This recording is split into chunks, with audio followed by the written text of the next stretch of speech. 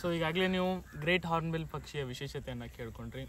ನಿಜಕ್ಕೂ ಅದರ ಕಥೆಯನ್ನು, ಅದರ ವಿಶೇಷತೆಯನ್ನು ಕೇಳುವಾಗ ತುಂಬ ಖುಷಿ ಆಗ್ತದೆ. ಆದರೆ ಅದರಲ್ಲಿದ್ದಂಥ ಒಂದು ವಿಶೇಷತೆ ಏನಪ್ಪ ಅಂತಂದರೆ ಒಂದು ಕೊಕ್ಕು. ಆ ಕೊಕ್ಕಿಗಾಗಿ ಅದನ್ನು ಬೇಟೆ ಆಡುವಂಥ ಜನ ನಮ್ಮಲ್ಲಿದ್ದಾರೆ. ಹಾಗಾಗಿ ಅದು ನಮ್ಮ ಕರ್ನಾಟಕ ಭಾಗದಲ್ಲಿ ಅಷ್ಟೇ ಅಲ್ಲ, ನಮ್ಮ ದೇಶದಲ್ಲಿ ಅದೊಂದು ಅಳಿವಿನಂಚಿನಲ್ಲಿರುವಂಥ ಪಕ್ಷಿ ಆಗಿಬಿಡ್ತು. ಆ ಕೊಕ್ಕಿಗಾಗಿ ಅದನ್ನು ಬೇಟೆಯಾಡಿ ಅದನ್ನು ಒಂದು ವಿಶೇಷ ಅಲಂಕಾರಿಕ ವಸ್ತುವಿಗಾಗಿ ಅದನ್ನು ಬಳಸ್ಕೊಂಡ್ರು. ಅದೇ ನಾನು ಹೇಳುವಂಥದ್ದು, ಪ್ರಕೃತಿಯ ವೀಕ್ಷಕರಾಗಬೇಕು ಹೊರತು ಅದರ ಭಕ್ಷಕರಾಗಬಾರ್ದು ಅಂತ. ಈ ಒಂದು ಹಾರ್ನ್ಬಿಲ್ ಪಕ್ಷಿಯ ಕಥೆಯಲ್ಲಿ ಕೂಡ ಅದೇ ನಡೆದದ್ದು. ಅದನ್ನು ವೀಕ್ಷಿಸಿ ಅದರ ಅಂದವನ್ನು ನಾವು ಅದನ್ನು ಸಂತೋಷ ಪಡದೆ ಅದರ ಕೊಕ್ಕಿಗಾಗಿ ಅದನ್ನು ಬೇಟೆಯಾಡಿ ಅದನ್ನು ಇವತ್ತು ಅಳಿವಿನಂಚಿನಲ್ಲಿರುವ ಪಕ್ಷಿಯನ್ನಾಗಿ ಮಾಡ್ಕೊಂಡ್ಬಿಟ್ರು ನಮ್ಮ ಜನ. ಆದರೆ ನಿಜಕ್ಕೂ ಕರ್ನಾಟಕ ಸರ್ಕಾರದ ಕೆಲಸವನ್ನು ನಾವು ಮೆಚ್ಚಲೇಬೇಕು. ಯಾಕಂದರೆ ನಮ್ಮ ಭಾರತದಲ್ಲಿ ಹಾರ್ನ್ಬಿಲ್ ಪಕ್ಷಿಗಾಗಿ ರಿಸರ್ವ್ಡ್ ಫಾರೆಸ್ಟ್ ಅಂತ ಘೋಷಿಸಿರುವಂಥ ಏಕೈಕ ರಾಜ್ಯವಾಗಿದೆ. ಅದಕ್ಕಾಗಿ ನಿಜಕ್ಕೂ ಈ ಒಂದು ಕಾರ್ಯವನ್ನು, ಕರ್ನಾಟಕ ಸರ್ಕಾರದ ಈ ಕಾರ್ಯವನ್ನು ನಾವು ನಿಜಕ್ಕೂ ಮೆಚ್ಚಲೇಬೇಕು. ಹಾಗೂ ಈ ಭಾಗದಲ್ಲಿ, ನಾವು ಇರುವಂಥ ಭಾಗದಲ್ಲಿ ಕಂಡುಬಂದಂಥ ಪಕ್ಷಿಗಳು, ನಾವಿರುವಂಥ ಭಾಗದಲ್ಲಿ ಕಂಡುಬಂದಂಥ ಪಕ್ಷಿಗಳು ಹಾಗೂ ನಮ್ಮ ವಿದ್ಯಾರ್ಥಿಗಳು ನೋಡಿದಂಥ ಪಕ್ಷಿಗಳು, ಎಲ್ಲರೂ ಅನೇಕ ಪಕ್ಷಿಗಳನ್ನು ವೀಕ್ಷಿಸಿದ್ದಾರೆ. ಅದರಲ್ಲಿ ಅವರು ಯಾವ ಪಕ್ಷಿಗಳನ್ನು ನೋಡಿದ್ದಾರಂತ ಒಬ್ಬೊಬ್ಬರೇ ಒಂದೊಂದು ಪಕ್ಷಿ ಹೆಸರನ್ನು ಹೇಳ್ತಾ ಹೋಗ್ತಾರೆ.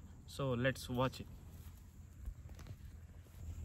Great hornbill, purple rumped sunbird, pigeon, ಮಟಪಕ್ಷಿ, Brahminy starling, Brahminy kite, Tickell's blue flycatcher, Malabar pied hornbill, ಶಿಕ್ರಾ, painted stork, great hornbill, black drongo, peacock, Indian paradise flycatcher, ಕೆಂಬೂತ, wire tailed swallow, orange mini, little racket tailed drongo, ಟೋವಿ ಹಕ್ಕಿ, ಮುನಿಯಾ ಪಕ್ಷಿ, house sparrow, ಹಸಿರುಗಿಳಿ, peahen, ಬುಲ್ಬುಲ್. So ನೀವು ನೋಡಿದ್ರಲ್ಲ, ಇಲ್ಲಿವರೆಗೂ ನಮ್ಮ ಮಕ್ಕಳು ವೀಕ್ಷಿಸಿರುವಂಥ ಪಕ್ಷಿಗಳಿವು, ಈ ಜಾಗದಲ್ಲಿ ವೀಕ್ಷಿಸಿದಂಥ ಪಕ್ಷಿಗಳು. ಆಮೇಲೆ ಇಲ್ಲಿ ಕಂಡು ಬರುವಂಥ ಪಕ್ಷಿಗಳನ್ನು ಇವ್ರು ಈಗಾಗಲೇ ತುಂಬ ಈ ಥರದ ಪಕ್ಷಿಗಳನ್ನು ನೋಡಿದ್ದಾರೆ. ಒಂದು ಪಕ್ಷಿ ಬಿಟ್ಟಾರೆ ಸರ್. ಯಾವುದು? ಕಾಗೆ. ಎಸ್, ಕಾಗೆ ಪಕ್ಷಿಯನ್ನು ಬಿಟ್ಟಿದ್ರಂತೆ. ಹಾಗೆ ಅವರು ದಿನನಿತ್ಯ ಇಲ್ಲಿ ಅನೇಕ ರೀತಿಯ ಪಕ್ಷಿಗಳನ್ನು ನೋಡ್ತಾರೆ.